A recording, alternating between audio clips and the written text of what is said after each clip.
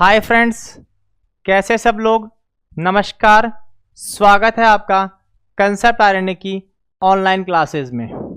Last lecture में हमने discuss किया था इम्पोर्टेंट कुछ terminologies related to the communicable diseases.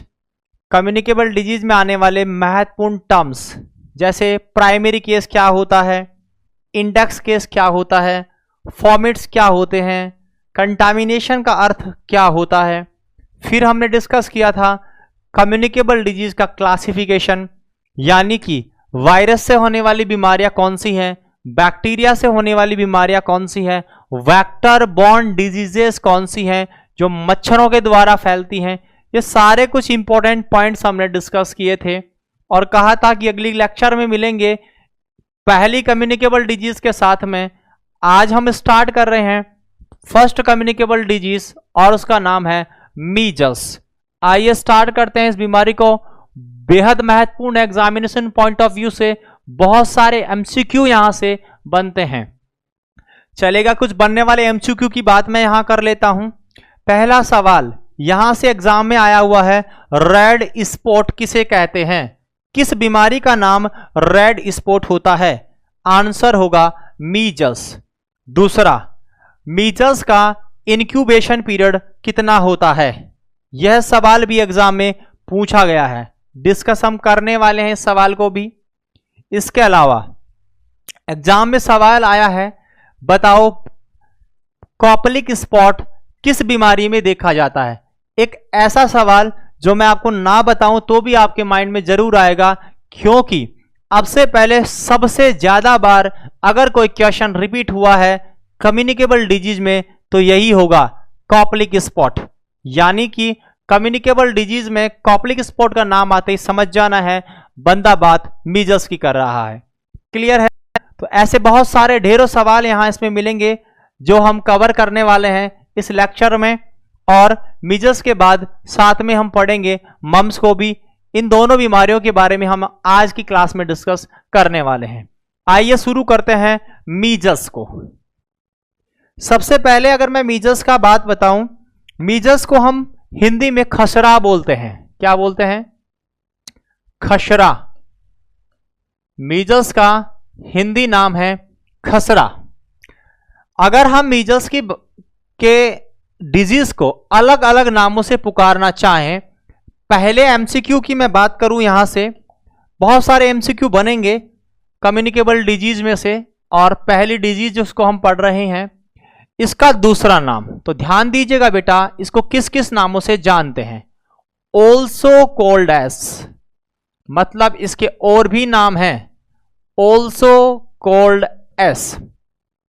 जैसे क्या क्या नाम है? पहला नाम इसका है आपका 4 डे फीवर। 4 day fever. ऐसा ही आगे एक मिलेगा 3 डे मीजल्स। उसका मतलब मीजल्स नहीं है, वह रूबियोला है। आगे बात करेंगे। क्लियर है। Measles, mums, rubella. रूबेला जो होता है उसे हम बोलते हैं 3 डे मीजल्स। इसका नाम है 4 डे फीवर, क्योंकि इसका जो प्रोडोर्मल काल होता है, प्रोडोर्मल पीरियड होता है, वह 4 दिन का होता है, इसलिए इसे हम 4 डे फीवर के नाम से जानते हैं। चलिएगा आगे बात करते हैं। दूसरा नाम इसी को बोलते हैं rubeola. Never confuse with rubella, it's called rubeola. Rubella नहीं बोला हूं मैंने बोला है रूबियोला। मीनिंग देखिएगा, रूबियोला वही दूसरा वर्ड होता है रूबेला। रूबेला यह अलग बीमारी है, जिसे मीजल्स, मम्स, रूबेला बोलते हैं आर, लेकिन यह जो मैंने लिखा है आपके सामने यह रूबियोला है। इस रूबियोला का मतलब अपने आप में होता है लाल है। क्या मतलब होता है? लाल, रेड। क्योंकि इसमें जो रेस बनते हैं, जो दाने बनते हैं, अरे जो फुंसियां बनती हैं, वो लाल कलर की होती हैं, इसीलिए इसे रेड स्पॉट के नाम से भी जानते हैं। Red spot. यह सवाल राजस्थान और आपका एमएससी एंट्रेंस का सवाल है, पूछा जा चुका है। रेड स्पॉट किस बीमारी को कहा जाता है? निसंदेह आपका आंसर होगा मीजल्स। क्लियर है? रूबियोला बोले तो भी मीजल्स, 4 डे फीवर बोले तो भी मीजल्स। क्लियर है? इसके अलावा इसी को बोलते हैं 3C। यहां 3C नजर आता है बोले तो कोरिंजा, कफ और कंजक्टिवाइटिस, ये 3 की लक्षण यहां नजर आते हैं इसके अंदर। तो यह सब कुछ था इसके नामकरण से रिलेटेड। तो पहले एमसीक्यू तो यहीं से आप पिक कर लीजिएगा। क्वेश्चन मिले 4 day fever, answer is measles, rubeola is measles, red spot is measles and 3C is measles. चलिएगा आगे चलते हैं। दूसरा पॉइंट, इसका एजेंट क्या है? ध्यान दीजिएगा, एजेंट बोले तो कारक जो बीमारी कोज करता है। बेटा हम वो बातें ज्यादा करेंगे जो एग्जाम में महत्वपूर्ण है, ध्यान दीजिएगा यहां। तो एजेंट की बात मैं करूं, किसके द्वारा यह बीमारी होती है, तो वायरस का नाम याद रखना है, पैरामिक्सो वायरस। कौन सा वायरस है?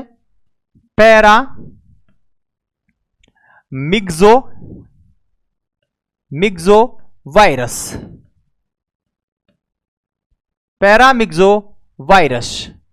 पैरामिक्सो वायरस के द्वारा यह होता है, पैरामिक्सो वायरस। पूछे कौन से वायरस के द्वारा होता है मीजल्स?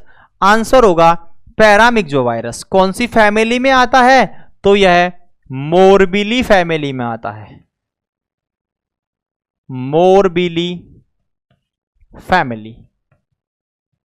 मोरबिली फैमिली का वायरस है। मतलब यह बीमारी वायरस से होने वाली बीमारी है, जो हमने पहले अर्लियर डिस्कस भी किया क्लासिफिकेशन में। वायरस का नाम पूछे, बताना है पैरामिक्सो वायरस। साथ चलिएगा, वायरस का नाम बोले तो पैरामिक्सो वायरस। क्लियर है? कौन सी फैमिली का है? मोरबिली फैमिली का यह वायरस होता है। चलिएगा आगे चलते हैं। अब मैं बात करूं इसका इंक्यूबेशन पीरियड, सवाल यहां से भी बनता है। इंक्यूबेशन पीरियड, अभी तो मैं इसे पूरा लिख रहा हूं क्योंकि यह पहली डिजीज है। आगे जब मैं कंटिन्यू चलूंगा, आगे से हम इसे केवल आईपी बोलेंगे। आप समझ जाइएगा अपने आप, क्योंकि आईपी का मतलब ही इंक्यूबेशन पीरियड होता है। क्लियर है? तो इंक्यूबेशन पीरियड कितना होता है याद रखना। हर पुस्तक में आपको अलग डेटा मिल सकता है। हम जो बात करेंगे वो ऑथेंटिक डेटा की बात करेंगे, जो डेटा के पार्क जो इसकी ऑथेंटिक बुक है वो, और सॉन्डर्स में जो डेटा है और जो एग्जाम में माने गए डेटा हैं उनकी हम बात करने वाले हैं। और यहां इसका जो इंक्यूबेशन पीरियड होता है वह 10 से लेकर 14 दिन माना गया है। कितना? 10 से लेकर 14 दिन इंक्यूबेशन पीरियड माना जाता है मीजल्स का। क्या समझते हैं इंक्यूबेशन पीरियड से? यानी कि इसके जो लक्षण हैं वह 10 दिन से लेकर 14 दिन के दौरान दिखाई दे सकते हैं आपको इसके लक्षणों के अंदर। क्लियर है? चलिएगा इसके बाद बात करते हैं नेक्स्ट एमसीक्यू। यह एमसीक्यू दिल्ली एम्स में पूछा गया एमसीक्यू है कि मीजल्स में व्यक्ति सबसे ज्यादा इन्फेक्टाइल कम होता है, मतलब इन्फेक्शियस पीरियड कौन सा होता है इसका? क्लियर है? यानी कि इन्फेक्शियस समय बताओ, इन्फेक्शियस पीरियड,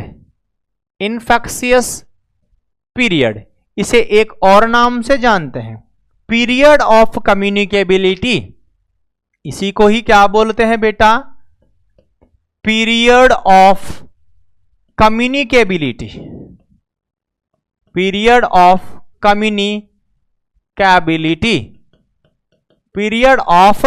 कम्युनिकेबिलिटी।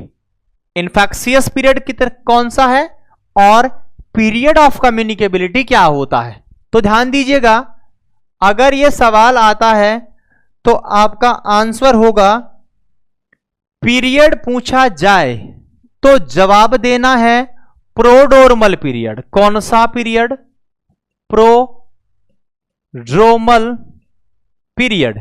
कौन सी स्टेज में व्यक्ति इन्फेक्टाइल होता है? जवाब देना है प्रोडोर्मल पीरियड में व्यक्ति इनफर्टाइल होता है। समझिएगा इस बात को, क्या कहना चाहता है एग्जामिनर आपको? कहना चाहता है पीरियड ऑफ इनफेक्टिविटी या पीरियड ऑफ कम्युनिकेबिलिटी या इन्फेक्शियस समय का मतलब होता है अगर इस दौरान आप उस व्यक्ति से मिले, उस व्यक्ति के साथ संबंध बनाए, उस व्यक्ति के साथ खाना खाए, तो यह बीमारी आपको भी हो सकती है। मतलब जब व्यक्ति अपनी चरम सीमा पर होता है फैलाने में बीमारी को, वह समय क्या कहलाता है? Period of communicability. तो कौन सा समय काल रहने वाला है मीजल्स के लिए यह है? तो आंसर होगा प्रोडोर्मल पीरियड। इस समय व्यक्ति दूसरे व्यक्तियों को इस बीमारी की चपेट में ले सकता है। क्लियर है? चलिएगा आगे बात करते हैं। अगर यही इस समय को पीरियड नहीं पूछकर टाइम पूछ लेता है, तो फिर इसको आपको समय के हिसाब से बताना है, बोले तो डेज के हिसाब से बताना है, तो फिर बोलेंगे 4 days before and 5 days after of race. 4 days before बोले तो 4 दिन पहले, 4 days before and 5 days after, किसके? दानों के। 5 days आफ्टर रेस, जब दाने बनेंगे, रेस आएंगे, उन रेसेस के दौरान कितने दिन पहले? 4 दिन पहले। कितने दिन बाद? 5 दिन बाद। तो 4 दिन पहले, 5 दिन बाद व्यक्ति इनफर्टाइल होता है, वह समय प्रोडोर्मल पीरियड कहलाता है। दोनों एमसीक्यू एग्जाम के सवाल हैं, एग्जाम में पूछे गए पॉइंट्स हैं ये। बताओ मीजल्स में व्यक्ति इनफर्टाइल कब होता है? 4 दिन पहले, 5 दिन बाद। दूसरा एमसीक्यू पूछ लिया जाए, बताओ कि व्यक्ति जब होता है वह कौन से समय काल के दौरान कैसा होता है? इनफर्टाइल।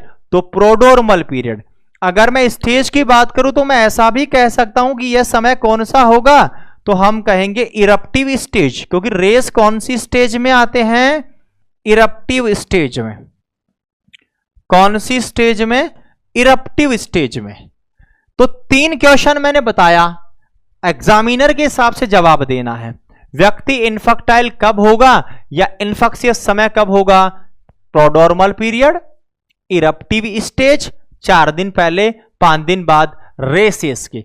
इस समय ही क्यों ऐसा? कारण सुनिएगा, वाई दिस कोलाबेरिटी, ऐसा होने के पीछे कारण क्या है? तो कारण सुनिएगा, कारण इसके पीछे जो है वह यह है कि इस दौरान वायरस प्रेजेंट होता है। वायरस प्रेजेंट है कहां? उसके यूरिन में, उसके सिक्रेशन में। वायरस प्रेजेंट इन सलाइवा, मतलब उस बालक के सलाइवा में प्रेजेंट होगा। उस बालक के थ्रॉट सिक्रेशन में अवेलेबल हो सकता है। थ्रॉट का सिक्रेशन उसमें प्रेजेंट रह सकता है। इसके अलावा यूरिन में प्रेजेंट रह सकता है और स्टूल में प्रेजेंट रह सकता है। किसके? Of infected child. बात समझ में आ रही होगी कि इस दौरान जो समय चल रहा है, ये जो हम आपके सामने बता रहे हैं, इस समय काल के दौरान व्यक्ति का अगर सलाइवा आप देखेंगे, व्यक्ति का अगर थ्रोट सिक्रेशन आप चेक करेंगे, अगर व्यक्ति का मूत्र आप चेक करेंगे, यूरिन चेक करेंगे और या स्टूल चेक करेंगे, इस स्टूल में भी आपको क्या नजर आ सकता है? पैरामिक्सोवायरस, यानी यह व्यक्ति इस बीमारी को फैला सकता है इस दौरान। क्लियर हुआ पॉइंट? तो यह हमारा पीरियड ऑफ इन्फेक्टिविटी वाला समय था कि कब व्यक्ति ज्यादा इन्फेक्टाइल होता है। चलिएगा नेक्स्ट पॉइंट हम बता देते हैं कि अगर हम बात करें नेक्स्ट पॉइंट के बारे में कि अगर आपका पीरियड ऑफ इन्फेक्टिविटी खत्म होने की हम बात करें, एक तो आ गया कि पीरियड ऑफ इन्फेक्टिविटी होता कब है, यह सवाल एग्जाम में पूछा जा चुका है। लेकिन एक सवाल और एग्जाम में आया हुआ है कि मीजल्स की इन्फेक्टिविटी कब खत्म हो जाती है, व्यक्ति कब नॉर्मल हो जाएगा, मतलब दूसरे व्यक्ति को नहीं फैलाएगा, वह समय भी क्या होगा? तो यह भी याद रखिएगा, पीरियड ऑफ इन्फेक्टिविटी कब खत्म हो जाती है, या decrease period of infectivity, period of infectivity कब घट जाती है। तो ध्यान दीजिएगा, जब रेस डिसअपियर हो जाते हैं, पहला पॉइंट, व्हेन रेस डिसअपियर, अरे जब दाना बंद डिसअपियर हो जाएं, जो दाने बन रहे हैं बॉडी पे से, अगर वो डिसअपियर हो रहे हैं तो उसका मतलब कुशल मंगलता लौट रही है, आप ठीक होने की कगार पर हैं। लेकिन एग्जाम में जो सवाल इस पर आया था वो यहां नहीं पूछा गया था, सवाल थोड़ा सा घुमा के पूछा गया था। वह सवाल भी सुन लीजिएगा, क्या पूछा था। उन्होंने पूछा था कि रेस का कलर किस रूप में बदलेगा, तब समझना है कि व्यक्ति की इन्फेक्टिविटी घट रही है। तो याद रखना है, नॉर्मल रेड कलर के आते हैं रेस, इसीलिए तो इसका नाम रूबियोला पड़ा है, बताएंगे। तो रेड कलर के जो रेस हैं यह कन्वर्ट हो जाएं डार्क ब्राउन में, रेस कन्वर्ट हो जाएं इनटू डार्क ब्राउन, मतलब जाने से पहले कौन से कलर में बदलेंगे, डार्क ब्राउन में। और इस अवस्था को बोलते हैं स्ट्रेन बनने लगे। That condition is showing the person is feel better, वह व्यक्ति अब इनफेक्टाइल नहीं है। आप उस व्यक्ति के साथ बैठ सकते हैं, लक्षण उसमें है, अभी बीमारी खत्म नहीं हुई लेकिन इन्फेक्टिविटी खत्म हो चुकी है, आपको बीमारी से ग्रसित ये नहीं करेगा। अभी समझ में आ रही है बात। तो पॉइंट ध्यान दीजिएगा, क्या बातें हमने डिस्कस की। पहला हमने इंपॉर्टेंट पॉइंट जो डिस्कस किया नाम को लेकर, इसी के नाम 4-डे फीवर, रूबियोला, रेड स्पॉट और थ्रिसी के नाम से जानते हैं। एजेंट बताया पैरामिक्सो वायरस। बोले तो नेक्स्ट इंक्यूबेशन पीरियड क्या होगा, 10 से 14 दिन। पीरियड ऑफ इन्फेक्टिविटी क्या रहने वाली है, तो प्रोडॉर्मल पीरियड रहने वाला है, 4 दिन पहले 5 दिन बाद में, और इरप्टिव स्टेज में। क्यों ऐसा है, क्योंकि इस समय यह वायरस उसके सिक्रेशन में प्रेजेंट रहता है। फिर आगे हमने बात की, और क्या पॉइंट हमने डिस्कस किया, नेक्स्ट पॉइंट हमने डिस्कस किया कि पीरियड ऑफ इन्फेक्टिविटी कब खत्म हो जाती है, जब रेस डिसअपियर हो जाएंगे तो पीरियड ऑफ इन्फेक्टिविटी भी खत्म हो जाएगी। चलिएगा, यहां तक हमने देख लिया। आगे बात करते हैं। आगे अगर मैं बात करूं इसी के बारे में, तो नेक्स्ट पॉइंट रहने वाला है इसका एमओटी। आज तो फुल लिखेंगे, पहली बीमारी है, आगे फिर पूरा नहीं लिखेंगे, एमओटी लिखाकर काम चला देंगे। एमओटी बोले तो mode of transmission. Mode of transmission, how is बीमारी फैलिंग from one person to the another person, बीमारी कैसे ट्रांसफर हो रही है। क्लियर है, ट्रांसमिशन, बीमारी का ट्रांसमिशन कैसे हो रहा है, व्यक्ति से दूसरे व्यक्ति में कैसे जा रही है। तो ध्यान दीजिएगा, इसका क्लासिफिकेशन है, सबसे इंपॉर्टेंट तो है आपका ड्रॉपलेट इंफेक्शन। किसके द्वारा है, ड्रॉपलेट के द्वारा। सबसे इंपॉर्टेंट, मोस्ट कॉमन अगर आता है, बताओ मुख्यतः यह बीमारी किससे ट्रांसफर होती है, तो जवाब देंगे आप मुख्यतः यह ट्रांसफर होती है ड्रॉपलेट से। लेकिन इसका ट्रांसमिशन कंजेनाइटल भी है, वर्टिकल बोल सकते हैं, कंजेनाइटल ट्रांसमिशन भी है, बोले तो वर्टिकल ट्रांसमिशन भी देखने को मिल सकता है। मां अगर मीजल्स से ग्रसित है और उसका बच्चा उसके पेट में पल रहा है, वह बच्चा भी इससे ग्रसित हो सकता है। इसीलिए इसे कहा गया है मुख्यतः तो ड्रॉपलेट है, लेकिन यह कंजेनाइटल या वर्टिकल भी ट्रांसमिट हो सकता है मीजल्स। क्लियर हुए पॉइंट सारे मोड ऑफ ट्रांसमिशन को लेकर। चलिएगा नेक्स्ट बात कर लेते हैं हम। अब बात करने वाले हैं हम इसमें कि इसका आइसोलेशन कितने समय के लिए करते हैं। यह सवाल अलग अलग तरीके से आता है। सवाल में यह आता है कि मीजल्स के व्यक्ति का आइसोलेशन किया गया, बताओ कौन से लेवल का प्रिवेंशन है बच्चे में, और फिर आंसर हम वहां कर बैठते हैं क्या आइसोलेशन बीमारी के बाद हो रहा है, हम आंसर करते हैं सेकेंडरी प्रिवेंशन। लेकिन वो अगर मीजल्स इनफर्टाइल व्यक्ति के अंदर आइसोलेशन किया गया है तो यह प्राइमरी लेवल ऑफ प्रिवेंशन का भाग होता है। यह मैं आपको लेवल ऑफ प्रिवेंशन में भी पढ़ा चुका हूं। तो ध्यान दीजिएगा, आइसोलेशन करते हैं यहां पर फॉर 7 डेज। कितने दिन का आइसोलेशन होता है? 7 डेज का। अगर पर्टिकुलर टाइम पूछते हैं तो फिर याद रखना है कब करते हैं, तो फिर वही सेम जब व्यक्ति इनफर्टाइल होगा तभी तो करेंगे। आइसोलेशन का मतलब यही होता है जब व्यक्ति इनफर्टाइल होता है उस समय उसे अलग कर देना। तो 4 days before and 5 days after race.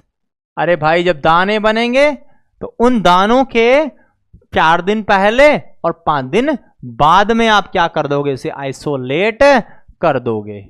यह तो सारी चीजें हो गई कम्युनिटी से रिलेटेड बात है। अब बात करने वाले हैं लक्षणों से रिलेटेड। क्या लक्षण दिखाएगा? मीजल्स का व्यक्ति है, उसमें क्या लक्षण तुम्हें दिखेंगे? चलिएगा, आइएगा, उसे भी डिस्कस कर लेते हैं। Clinical manifestations. तो भाई इसमें 3 स्टेज होती हैं। कितनी स्टेज में लक्षण आते हैं? तो बताइएगा। 3 स्टेज में आते हैं। कौन कौन सी स्टेज रहने वाली हैं? तो पहली स्टेज है प्री इरप्टिव स्टेज, जिसमें दाने नजर नहीं आते हैं। प्री इरप्टिव स्टेज बोले तो बिफोर रेस। इरप्शन का मतलब निकलना होता है, और निकलता क्या है? यहां पर दाने निकलते हैं। तो इरप्शन से पहले की स्टेज, इसमें क्या नजर आएगा? क्या लक्षण तुम्हें नजर आएंगे इसमें? ध्यान दीजिएगा, इस स्टेज में हमें नजर आता है सबसे पहले हाई ग्रेड फीवर, बुखार, हाई ग्रेड फीवर, और यही फर्स्ट कंप्लेंट है। अगर सवाल मिले कि फर्स्ट कंप्लेंट क्या होगी मरीज की मीजल्स में, जवाब देना फीवर। बुखार होना पहली समस्या है। यहां फीवर आएगा, इसका मतलब वह एक लक्षण दिखा रहा है। अभी स्पेसिफिक नहीं है, अभी तो यह समय कैसा चल रहा है? प्रोड्रोमल अवस्था का समय चल रहा है। क्लिनिकली डायग्नोसिस पॉसिबल नहीं है यहां पर। उसके अलावा और क्या नजर आएगा? तो फिर याद रखना है, शुरू में बताया था नाम से पहले कि 3C आते हैं। यहां 3C में क्या है? तो coryza, cough, conjunctivitis,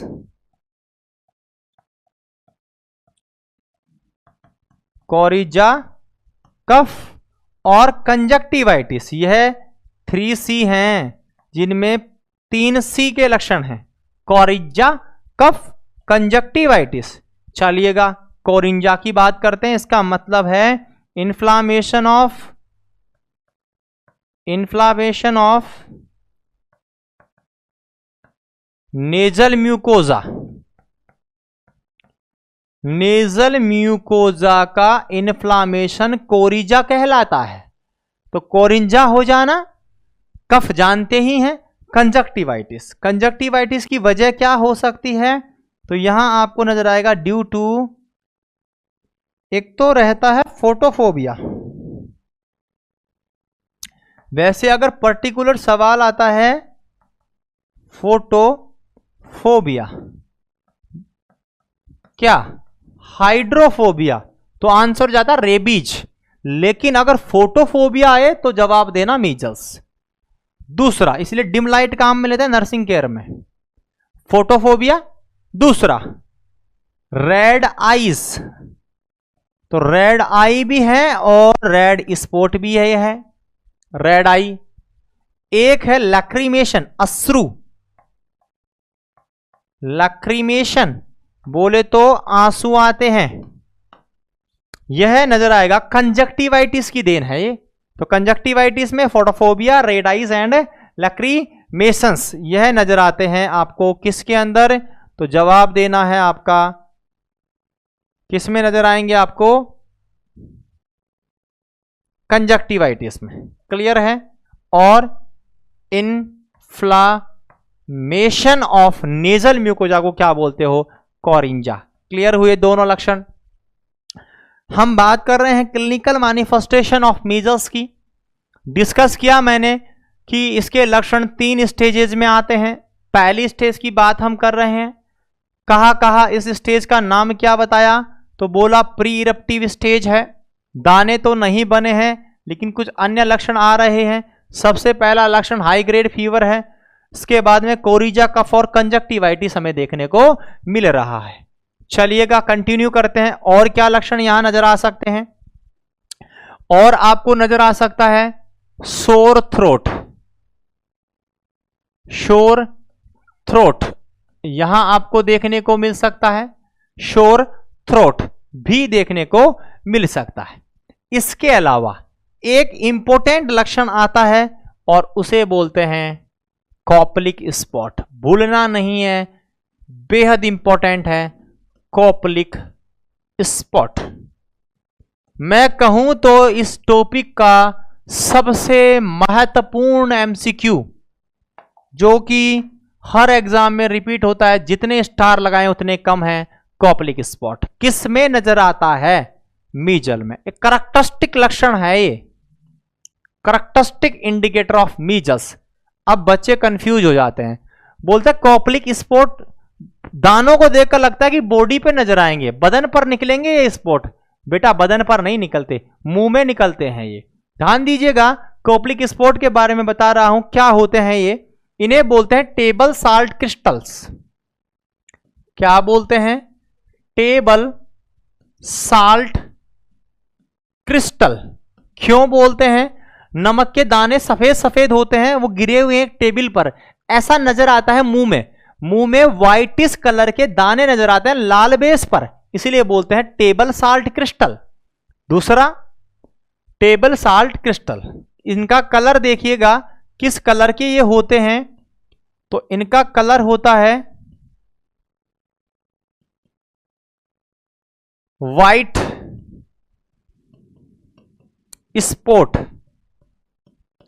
on red base. Lal base पर सफेद दाने, कलर सफेद है और बेस कैसा होता है? लाल है। इसके अलावा देखिएगा इनकी साइट कहां है? कहां होते हैं ये?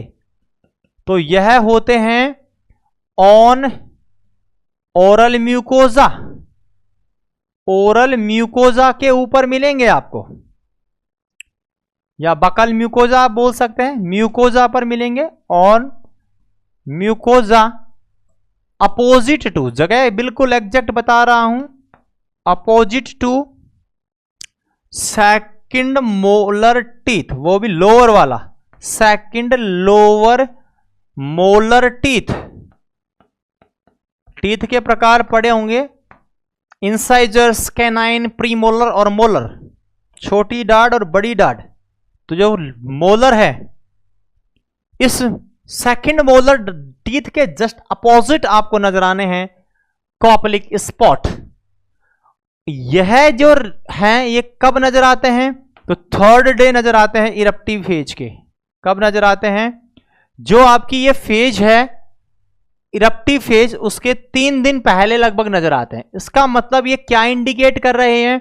यह इंडिकेट कर रहे हैं कि रेस आने वाले हैं। तो ये इंडिकेट करते हैं, indicate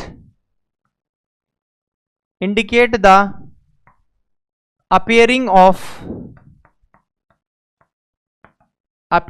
of rash very soon, कि बहुत जल्दी आपको रेस दिखाई देने वाले हैं। मुंह में दाने बन गए हैं, अब बॉडी पे भी दाने बनने वाले हैं, चकदे निकलने वाले हैं आपके, यह इंडिकेट करता है ये। और कब देखने को मिलते हैं? तो ये देखने को मिलते हैं 3 days बिफोर रेस। बोले तो दाने निकलने के 3 दिन पहले आपको मुंह में दाने मिलेंगे। पहले कॉपलिक स्पॉट बनते हैं, फिर बनते हैं आपके रेसेज। कॉपलिक स्पॉट मुंह में बनते हैं, रेस बदन पे बनते हैं। यह सब कुछ हमने जो जिक्र किया है, यह कौन सी फेज थी बेटा? तो यह फेज थी pre eruptive phase. High grade fever, कोरिंजा का कंजक्टिवाइटिस बोले तो 3C। Next is Koplik spot. Koplik spot का सारा विवरण मैंने तुम्हें बता दिया है। अब मैं चाहूंगा मैं इसे दिखा भी दूं आपको, देख लीजिएगा आपके सामने है ये एक महानुभाव का ओरल कैविटी है, ये आपको दांत दिखाई दे रहे होंगे उसे, और लिखा भी है Koplik spot opposite to second molar teeth lower वाला। उसके सामने पूरे लाल कलर की दाने हैं ये, है ना, और इन लाल कलर के दानों में सफेद कलर के स्पॉट हैं, ऐसे दिखाई दे रहा है आपको, ऐसे स्पॉट है।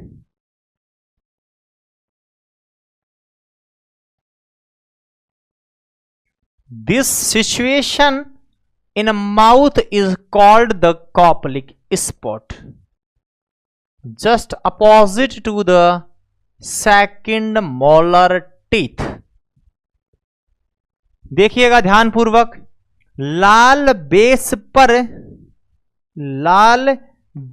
पर सफेद हैं, ऐसा पूरा लाल बेस है, और इस लाल बेस पर हमें क्या नजर आ रहा है, सफेद दाने।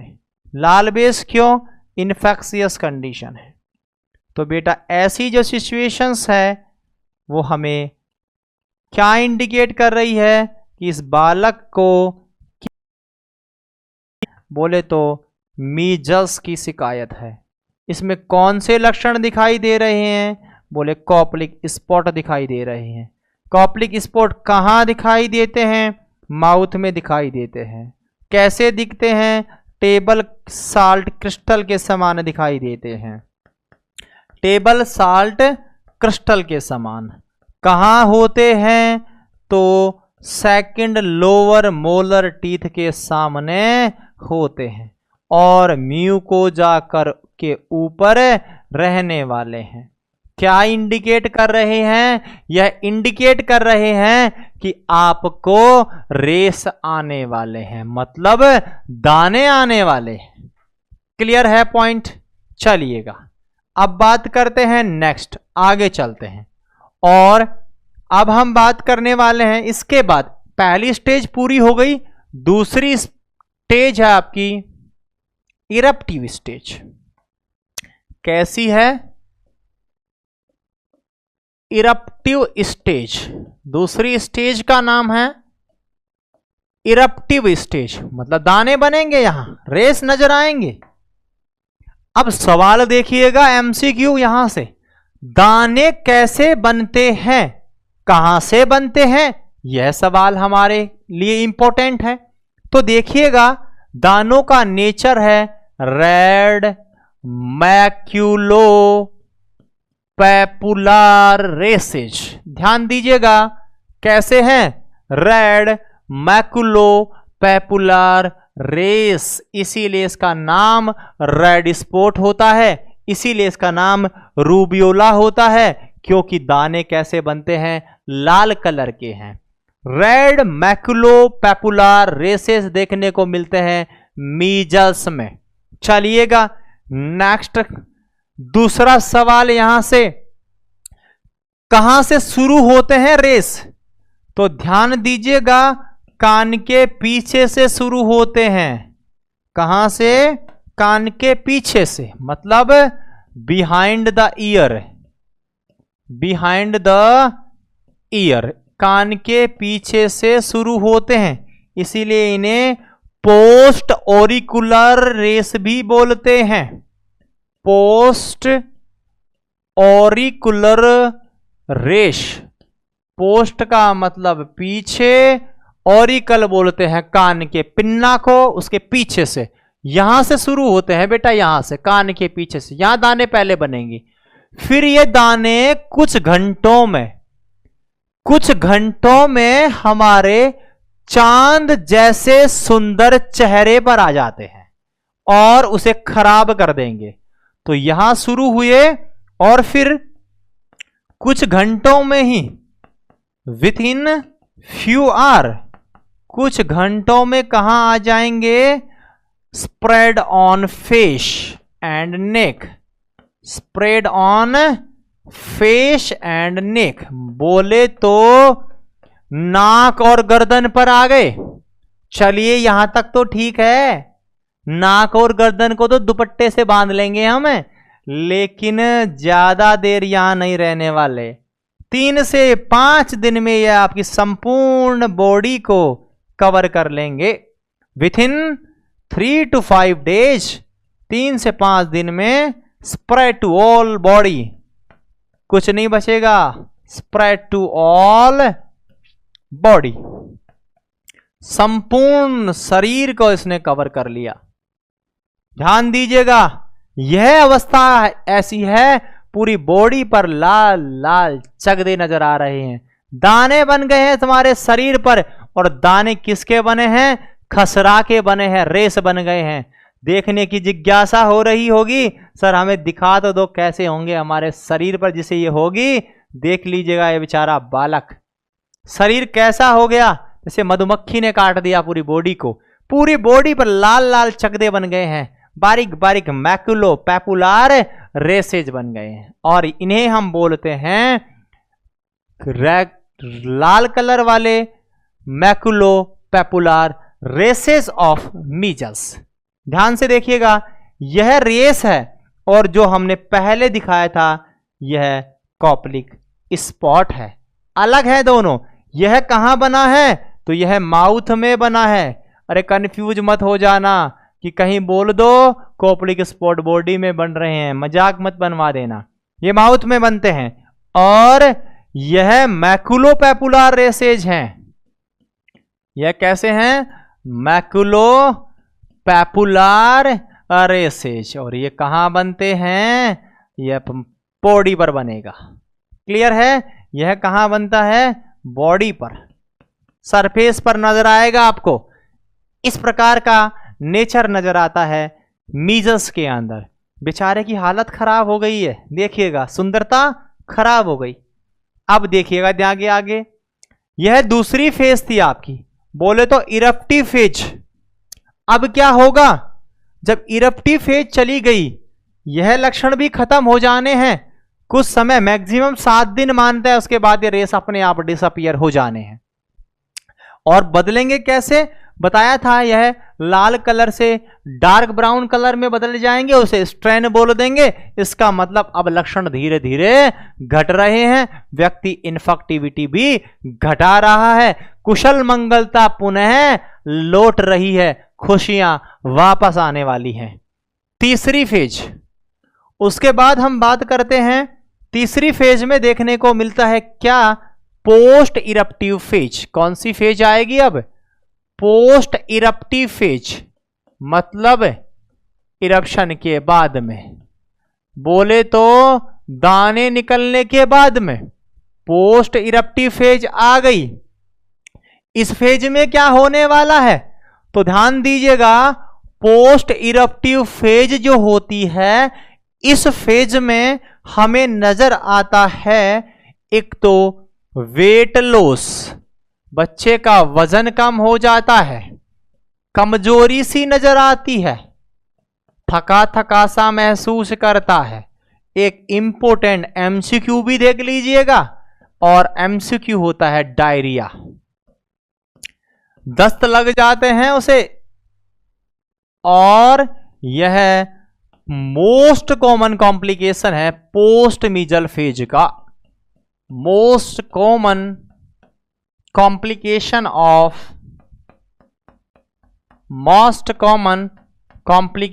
Of post measle phase. MCQ है बेटा ये, post measle phase. Post measle phase का इंपॉर्टेंट जो कॉम्प्लिकेशन नजर आएगा, इट इज कॉल्ड डायरिया। मतलब मीजल्स के बाद में डायरिया देखने को मिल सकता है, रेसेस के बाद में। क्लियर है ये पॉइंट भी? ये सारे के सारे पॉइंट हैं, वो सारे किससे रिलेटेड हैं? वह हमारे डिजीज के लक्षणों से रिलेटेड है। अब बात कर लें हम इनका इलाज कैसे करेंगे।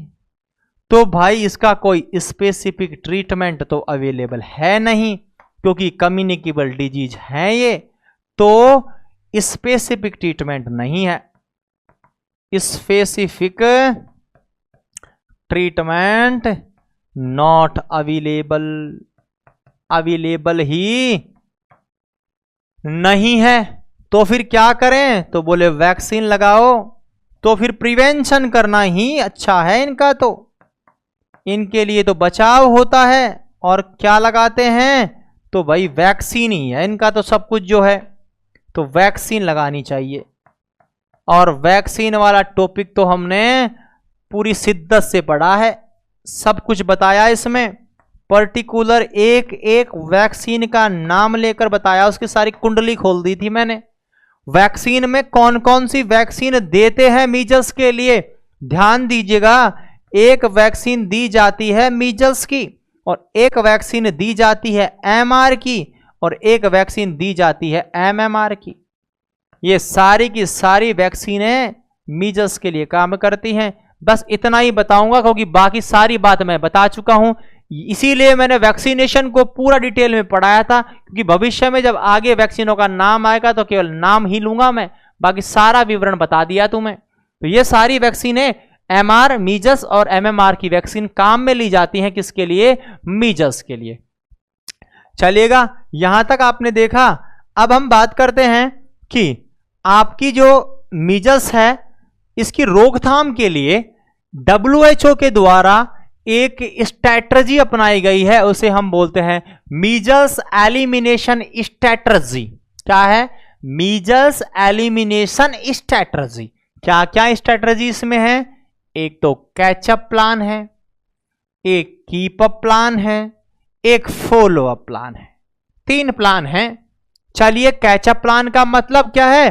सभी बच्चों को 9 महीने से लेकर 14 साल तक वैक्सीनेशन करवाना, चाहे पहले बीमारी हो, चाहे टीकाकरण हो या नहीं हो, यह कहलाता है कैचअप प्लान।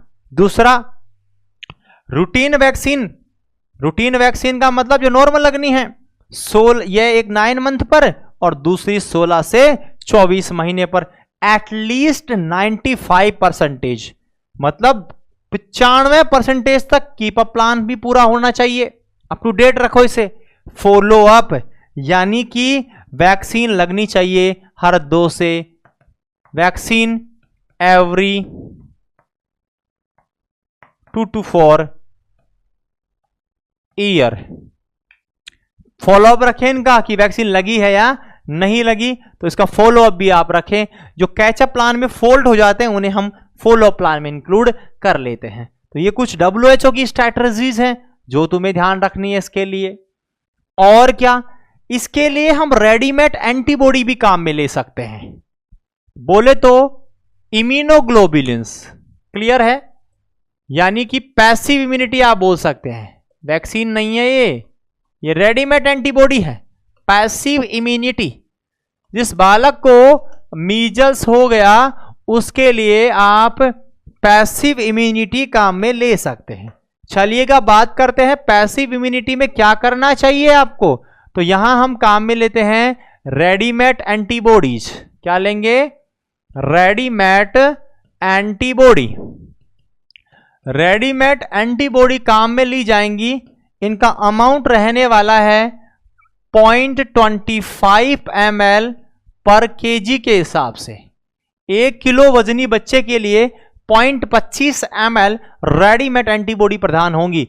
इसका इम्यून सिस्टम कुछ नहीं करेगा, बनी बनाई एंटीबॉडी आप इसे दे रहे हो। क्लियर है? इसके अलावा एक लास्ट एंड इंपॉर्टेंट पॉइंट इससे रिलेटेड, इसके कॉम्प्लिकेशंस क्या हो सकते हैं।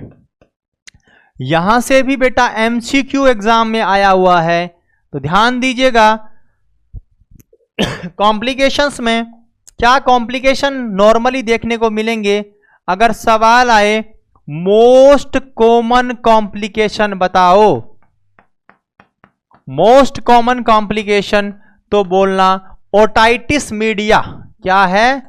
Otitis media. ओटाइटिस मीडिया कान की बीमारी है। क्लियर है? Otitis media. दूसरा, अगर क्वेश्चन आए मोस्ट डेंजर, एक तो मोस्ट कॉमन हो गया, MOC का मतलब मोस्ट कॉमन, एक है most danger. Most danger complication बताओ, तो निमोनिया मोस्ट डेंजर कॉम्प्लिकेशन इसका है निमोनिया। लेकिन अगर सवाल आता है बताओ most danger but rare, most danger but rare कभी कभार नजर आता है, ज्यादा नजर नहीं आता। SSPE, सब अक्यूट सब sclerosing pan encephalitis, full form यहां लिख रहा हूं उसकी SSPE। बोले तो सब अक्यूट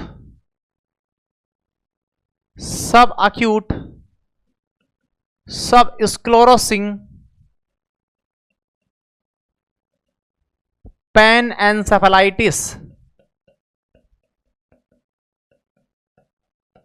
यह फुल फॉर्म है आपकी SSP की। तो SSP देखने को मिल सकता है, उसका डेटा भी है हमारे पास में।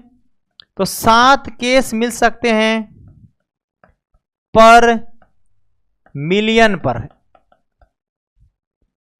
1 मिलियन लोग अगर ग्रसित हो रहे हैं मीजल्स से, उनमें 7 केस मिल सकते हैं। कब?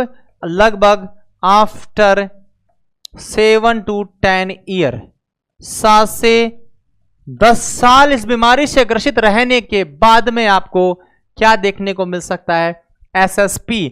तो क्रॉनिक के बोल सकते हो, लेटर फेज में जो नजर आता है, बहुत दिनों के बाद जो नजर आता है वह SSPE है, रेयरली नजर आता है। ये इसके कॉम्प्लिकेशन है। MCQ यहां तीनों पर देखने को मिल जाते हैं। अगर मैं ओवरऑल इस पूरी बीमारी की बात करूं, लगभग 20 MCQ है एग्जाम के जो रिपीट होते रहते हैं। इसके अलावा कुछ जनरल बातें ध्यान रखने की हैं। जब मीजल्स हो गया है, कम्युनिकेबल डिजीज है, आइसोलेशन आप इसे रखें। बच्चे को अगर हो रखा है आप आइसोलेट रखें। दूसरा पॉइंट, इसमें व्यक्ति को क्या नजर आएगा? आई की प्रॉब्लम है, उसे फोटोफोबिया तो डिम लाइट का इस्तेमाल करें। नेजल प्रॉब्लम है तो उसे नेजल कंजेशन होने की वजह से जो स्टीम इनहालेशन है वो इस्तेमाल करें। रेस्पिरेटरी समस्या को ध्यान में रखें क्योंकि कोरिजा कफ कंजक्टिवाइटिस जो है उनमें कोरिजा और कफ है, रेस्पिरेटरी समस्याओं को कोज कर सकता है। इन सारी बातों को तुम्हें ध्यान में रखते हुए उसकी केयर करनी है। This is the all things of A measles. चलिए आइए एक बार क्विक रिव्यूज में हम वो पॉइंट डिस्कस करते हैं जो MCQ बनाते हैं। साथ दीजिएगा मेरा। सबसे पहला पॉइंट, फर्स्ट, मीजल्स का दूसरा नाम क्या होता है? इनके अलग अलग नाम बताए। 4 डे फीवर, दूसरा 3C रूबियोला, क्या बोला? रूबियोला, रेड स्पॉट, सब किसके नाम है? मीजल्स के। दूसरा क्वेश्चन, इसका एजेंट क्या है? किससे बीमारी होती है? तो आंसर क्या रहने वाला है? पैरामिक्जो वायरस। कौन सी फैमिली में आता है? मॉर्बिली फैमिली में आता है। आगे चलिए, इसका इंक्यूबेशन पीरियड क्या होता है? 10 से लेकर 14 दिन होता है। नेक्स्ट, सबसे ज्यादा इनफर्टाइल कब होगा व्यक्ति? तो 3 प्रोडोर्मल पीरियड में। विलियम्स का सवाल है। दूसरा टाइम भी विलियम्स ने ही पूछा है, 4 दिन पहले 5 दिन बाद में। तीसरा कौन सी फेज में होता है? इरप्टिव फेज में। जब दाने आते हैं मतलब व्यक्ति इनफर्टाइल है। इनफेक्टिविटी कब घट जाएगी? जब रेस डिसअपियर हो जाएंगे। बोले तो रेस डिसअपियर कैसे होते हैं? तो स्ट्रेन दिख करके डिसअपियर होते हैं। पहले रेड कलर के थे फिर डार्क ब्राउन कलर में बदल जाते हैं। जैसे ही बॉडी पर डार्क ब्राउन कलर के नजर आने लग जाएं दाने, समझ जाना कुशल मंगलता लौट रही है। क्लियर है पॉइंट? इसका मोड ऑफ ट्रांसमिशन सर्वाधिक किससे होता है?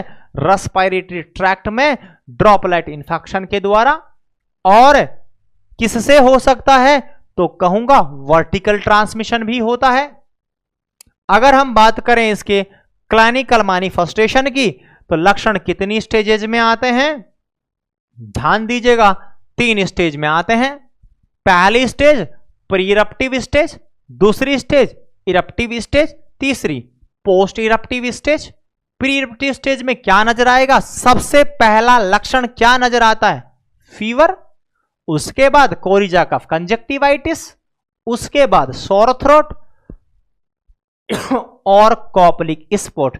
सवाल ऐसा भी बन सकता है एग्जामिनर के द्वारा, बताओ कॉपलिक स्पॉट कौन से समय नजर आते हैं, कौन सी फेज में नजर आते हैं? तो प्री इरप्टिव फेज में। टेबल साल्ट क्रिस्टल किसे कहते हैं? कॉपलिक स्पॉट को। कहां नजर आते हैं? Opposite to second molar teeth नजर आते हैं, लोअर मोलर टीथ के जस्ट सामने नजर आएगा। ये सारे के सारे पॉइंट इस प्री इरप्टिव फेज में है, बहुत महत्वपूर्ण स्टेज ये है। फिर इरप्टिव फेज, दाने बनते हैं। कैसे हैं दाने? यहां से दो सवाल, लाल कलर के हैं, रेड मैकुलो पैपुलर रेसेज। इसके अलावा दाने कहां से शुरू होते हैं? कान के पीछे से, इसलिए क्या बोलेंगे? Post auricular. वहां से कहां आ जाएंगे? कह देना चेहरे पर चांद जैसा सुंदर चेहरा। कितने घंटे में? कुछ घंटों में। फिर पूरी बॉडी में फैल जाते हैं 3 से 5 दिन में। क्लियर है? फिर पोस्ट मीजल स्टेज आ जाती है, पोस्ट इरप्टिव फेज बोल सकते हो। क्या होता है इसमें? इस फेज का मतलब है वेट में कमी हो जाएगी। इंपोर्टेंट एमसीक्यू में बताऊं यहां से, तो डायरिया नजर आता है। इंपोर्टेंट कॉम्प्लिकेशन पोस्ट फेज का याद रखना है, डायरिया। अब तुम क्या कर सकते हो? क्या कोई इलाज है स्पेसिफिक? नहीं है। वैक्सीन दे सकते हैं, बिल्कुल दे सकते हो। कौन कौन सी? मीजल्स, एमएमआर और एमआर, तीनों का विवरण हमें पता है, ये हम दे सकते हैं। इसके अलावा इसके लिए पैसिव इम्यूनिटी हम दे सकते हैं 0.25 ml पर केजी के हिसाब से। और क्या कॉम्प्लिकेशन नजर आ सकता है? तो मोस्ट कॉमन कॉम्प्लिकेशन तो ओटाइटिस मीडिया, मोस्ट डेंजर की बात करें तो निमोनिया, और अगर हम बात करें मोस्ट डेंजर लेकिन कैसा है, रेयर, तो जवाब देंगे SSPE, सब एक्यूट सबस्क्लेरोसिंग पेनएन्सेफेलाइटिस। मोस्ट सीरियस होता है आपका और बट रेयर है। इसके अलावा और क्या सवाल है यहां से? इमेज बेस्ड क्वेश्चंस, वो भी हमने कवर करे थे। यह रहा आपका कॉपलिक स्पॉट मुंह में, और यह रहा रेस बॉडी पर। This is the about measles, पहली बीमारी कम्युनिकेबल डिजीज, विधि विधान से पूर्ण होती है। मिलते हैं नेक्स्ट क्लास में आगे वाली डिजीज के साथ में। आज की क्लास में इतना ही।